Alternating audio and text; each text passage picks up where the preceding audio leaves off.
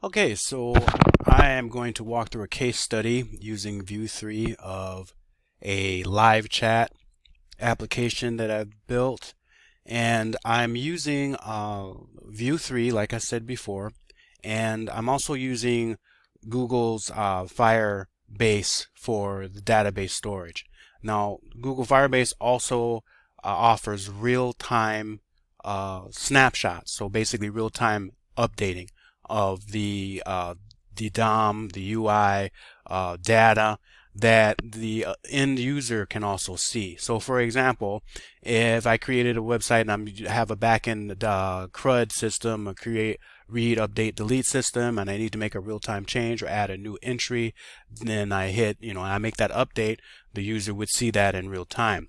That's a perfect API for creating a chat room. So, and I've created chat rooms before, but this was back at the start of the 21st century, so around 2002, for an online dating company. Excuse me, and I was using Director Lingo, and I had some Flash elements with that as well. But Macromedia's Director at that time used their proprietary language called Lingo, and I got quite proficient at it, and was created a chat room and for the dating site. So I'm familiar with how the back and forth live information and APIs work. So for this application, let's see here. I'm going to be using again the Firestore database, which I used before in my previous post for creating a Vue3 blog, and then also using the authentication API. So I have a couple of entries here, and it does a lot of heavy lifting for you. I don't have enough time to go into the intricacies, but that's how I'm authenticating, logging in and out, and letting Google do the heavy lifting for the error checking and whatnot. So it's actually pretty neat. So for example, the user that I've already created, I have entered in the correct password, but let's say for example I missed a character or was incorrect information. I hit login. It's going to go through the authentication process, try to authenticate, and it's going to do a callback because there was an error. And so all I'm doing is utilizing the error that Google Authentication is sending back, or Firestore Authentication is sending back, and I'm just styling it. And I'm kind of working on the styles. I'm not quite sure if I'm going to go with this for the new look and feel for my portfolio site. But anyhow, I'm just going to correct that mistake and hit login. And so here is the chat box or chat UI, user interface here. And as you can see, this is showing my display name, and then it's just showing what I logged in as. All right, my email address. And then there's a logout button here, and then here is the message box here that displays the conversations that will go on, and then here is where I would enter my message. So for example, I could type in hello, oops, world, like that, and then the display I get is a timestamp that is actually kind of written in a human readable way, and then my display name, and then the message that I sent. So I can go ahead and log out, all right, and then I'm going to create a new user, all right, and so this user I'm going to call, let's see, Chio, okay, and then we'll type in Chio at google.com just to create something. And then I'm going to do, when I'm signing up, I'm going to give a password. Now Google's Firestore authentication is going to do some error checking, and there you have to give a minimum of 6 characters. So again, it does a lot of the heavy lifting to you with the callbacks that it sends. Okay, so for example, I can type in again the wrong amount of characters, and I hit to sign up. Oops, there we go. Sometimes Okay, something happened here. Sometimes the internet must be slow or something like that. Anyhow, it's going to give me the error that was passed back to me, and then all I have to do is style it and display it, right?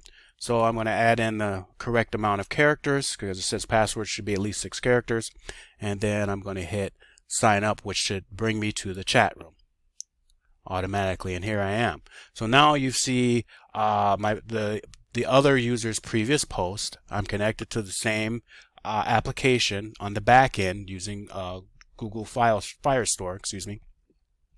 And this individual is signed in as Chio, and then this is their email address, and then here's all the people involved that are in the chat right now, and I can type in, say, hi, you are not alone. And then I could implement emojis that would show the cool emojis and things like that. I just haven't gone that far, but it's possible, it's doable. And so here you are. So this is how the chat works back and forth. So under authentication, for example, we signed up. Excuse me, I clicked the wrong button. We can see now the new user has been entered, Chio. So again, Google Firebase handles all the authentication and storing the user's information, etc., etc. So, and then the error checking as well, like I mentioned and you saw. So we go to the database here, and so as you saw before, there's no messages here before as a collection. What it created, if it doesn't exist, it'll create a new one here, right? And then here's the documentation, and then here are the actual fields that are entered, so the new documents that are created, right? And these are their key numbers here. So this is the first entry that one user made, and then a second entry that another user made, which was Chio, which is a new person that just signed up. All right, and it says, hi, you are not alone, and then the timestamp. All right. So let's look under the hood a little bit, and I'm using this locally off of my my laptop here. And so here is the configuration file, Firebase configuration. So again, you'd have to install that as a separate package using npm or yarn, whichever one you choose, as a separate package, and it will give you all the different methods and functionality that you need to interact or use the API successfully. So here I'm initializing the app using Firebase. There's a project authentication method, and then there's the Firestore authentication, the service, and then there's a timestamp that I'm actually implementing as well here. And then this is going to be injected, or basically a composable that will be imported into the different user interfaces within Vue with these different methods and this timestamp as well. That's going to be exported that we can call on and we can use. So on the welcome page or the landing page here, I'm calling in components, login form, and sign up form. Okay, so again, using Vue or v-if, basically if else here. So here, down here, I'm calling in the components sign up and login form, and they're showing up in the components. And then there's a method here within the composition API using setup here that will actually, and using the router package here, the Vue router package, that will push or use the actual chat room to that's the navigation part of it, using the router here. So this is kind of what this will look like. It'll take a second or two to load. I'm using some auth guards for for the authentication, so a user can't go to the chat room unless they're logged in. All right, and then if they're not logged in, they go back to the login page or the welcome page. And so here are the routes. There's only 2 official routes, and then a 404 page in case a person doesn't go to the right page. Okay, so that's how the navigation works using the Vue router. And so the welcome page here pulls in the login page or the login form, and then in the login form, I'm using reactive refs here for the email, which is the text, and then I'm also for submit, I'm using the submit and prevent, so it doesn't actually refresh the page, because when you click a submit on a form, it'll actually refresh or do what it needs to do, get or post to a database or server somewhere. But we want to prevent that and actually in-house use a method that is within the composition API setup function that's I'm calling both the props and or the context, all right, that's built into the setup, and that will actually emit or send upwards, because this is a child element. It'll send upward to the main or parent element here, and it's calling login that will then call this method down here or function down here, and it says go to the chat room. All right, and the sign up page is essentially the same as well, right? So if we do the sign up form, it is pretty much built the same. There's the emit. It's just a different field that's been added, which is the display name right here, like that. So that's just briefly under the hood. There's way much more to this, but just briefly kind of how it's set up. All right. Okay, so I'm going to go ahead and log out and then log in as another user here, and hit login. And then so now I'm logged in as this person here, and then I'm going to open up another browser window. All right, so I opened up another browser window, and I'm using Brave browser here, and I'm in the private window. And the reason why I'm doing this is because the authentication, I believe, tracks your IP address, and so I believe the private window was hiding your IP address. So now I can log in as another person, right, that we signed up with.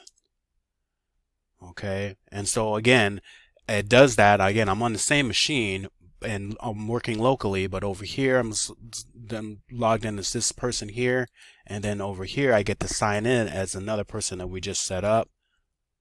Chio, like so, and Chio is a girl's name, a Japanese girl's name. And then we'll just go the login information that we signed up with. Oh, that's right. There we go. All right. So now over on this screen here, in my private browser, I'm logged in as Geo, and over here I'm logged in as Vue3 here, right? So I can say you're not alone. I can go. I can say, yeah. I am sure there are aliens out there somewhere. Like that. And this person would probably go, I don't believe in that sort of stuff.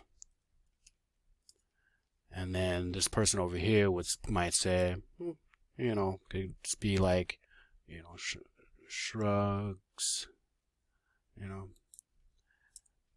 no worries, right? I'm just gonna truncate that, and it says, yeah. So, okay, so what are you doing?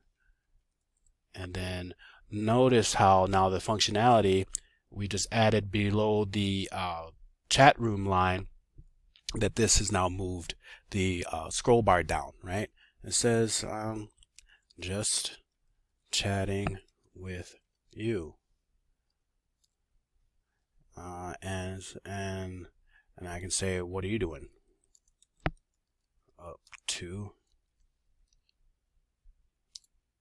And then this person could be like, you know, watching Jidai Geki. And then this person could be like, you know, what's that?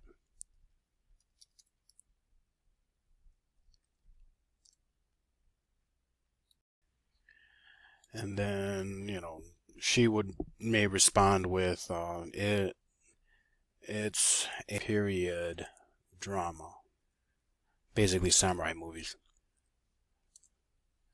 And this person will respond with, ew.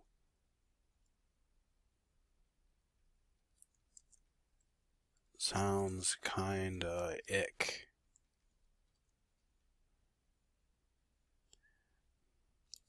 Sounds bloody. I was like, yeah. Samurai movies tend to be. LOL. And this person would respond, oh, my bad.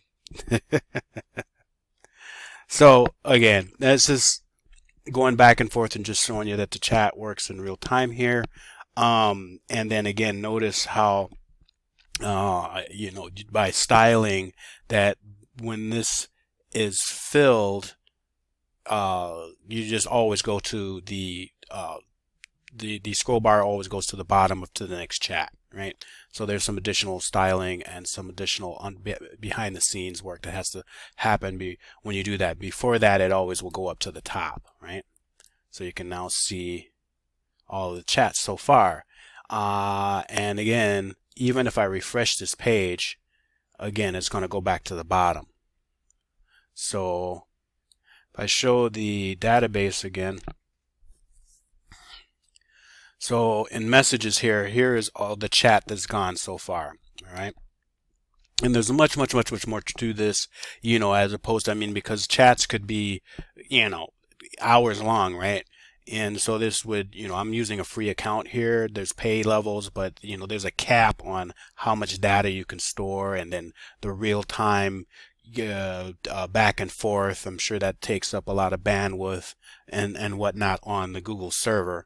Although I know Google's a super powerhouse by these days, nowadays. But anyhow, these are the different chat messages that are appearing in Firestore Firebase and how it turns up in real time. So I think this is pretty neat, and I kind of enjoyed working on this project. Again, I could always expand on it and make this quite robust, with emojis, and maybe these two people will just chat back and forth on their own, and if somebody else was to go onto the server, they'd have their own chat. So there may be 3 different, 4, 5, 10, hundreds of thousands different chats going on privately at the same time. Right now, this is a simple version as a case study that's happening.